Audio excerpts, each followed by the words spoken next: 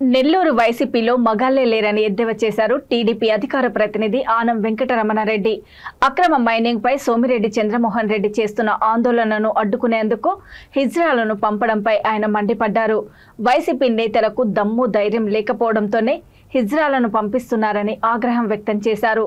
YCP హిజ్రాల party అని పెట్టుకోవాలని సూచించారు.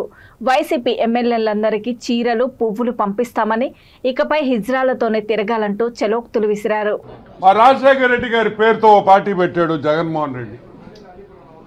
అందరూ అనుకున్నారు రాజశేఖర రెడ్డి పేరు పెట్టాడు కదా, ఆయన పేరు నిలబెడతాడు జగన్మోహన్ రెడ్డి అని వీళ్ళందరూ అనుకున్నారు.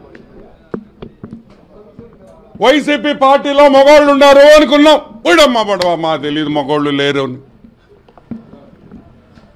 మగవాళ్ళు ఉన్నారు, దమ్మున్నోళ్ళు ఉన్నారు, నాయకులు అనుకున్నాం. నిన్న సాయంకాలం చంద్రమోహన్ రెడ్డి గారి విషయంలో జరిగిన హిజ్రాల దాడిలో వైసీపీ పార్టీలో మగవాడనేవాడే లేడు. మగవాడనేవాడే లేడు కాబట్టి ఈరోజు నెల్లూరు జిల్లాలో ఆంధ్ర రాష్ట్రంలో వైసీపీ నాయకులు ఎక్కడైనా దాడి చేయాలన్నా, ఎక్కడైనా ధర్నా చేయాలన్నా ఈరోజు హిజ్రాల్ని పిలుచుకునే పరిస్థితి తెచ్చారంటే ఆ పార్టీ పరిస్థితి ఎంత ఘోరంగా ఉంది అని అడుగుతున్నాం. ఏం జగన్మోహన్ రెడ్డి ఇప్పుడు ఎమ్మెల్యేలు తీసేసి వాళ్ళు పనికిరారు కాబట్టి హిజ్రాలకు ఇస్తావా అని అడుగుతున్నాం. మా అక్క చెల్లెళ్ళని తెచ్చి వాళ్ళు ఎమ్మెల్యే టికెట్లు ఇస్తావా అని అడుగుతున్నాం.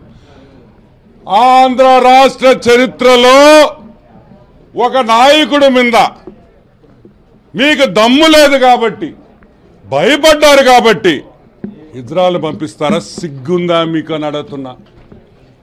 పార్టీ పేరు మారుస్తారా? యువజన అదేందా సామ్రిక సాంక ఏందా యువజన శ్రామిక హిజ్రాల్ పార్టీ అని చెప్పి మీరేమన్నా పేరు పెట్టుకుంటారా అని అడుగుతున్నాం. ఇదా మీ పార్టీ పరిస్థితి? సిగ్గుందా మీకు అని అడుగుతున్నాం. ఇంకోటి కూడా చెప్తున్నా, నెల్లూరు జిల్లా ఎమ్మెల్యేలు ఆంధ్ర రాష్ట్రంలో ఉండే ఎమ్మెల్యేలు అందరూ ఇంకో 3 నెలల్లో బ్రహ్మాండంగా కాపురాలు చేసుకోండి. దాని తర్వాత చీరలు, గాజులు, మల్లెపూలన్నీ మేమే ఇస్తాం. మిమ్మల్ని అందరినీ హిజ్రాలుగా డిక్లేర్ చేసి మీరు మా హిజ్రా అక్క చెల్లెళ్ళతో మీరు బ్రహ్మాండంగా తిరగొచ్చని కూడా నేను మనవి చేస్తున్నా.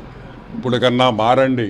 రాజశేఖర్ రెడ్డి పరువు తీయొద్దు, పెద్ద ఆయన పరువు తీయొద్దు. ఇజ్రాయల్ నింద్ర తీసుకొని వచ్చేది ఎదవల్లారా?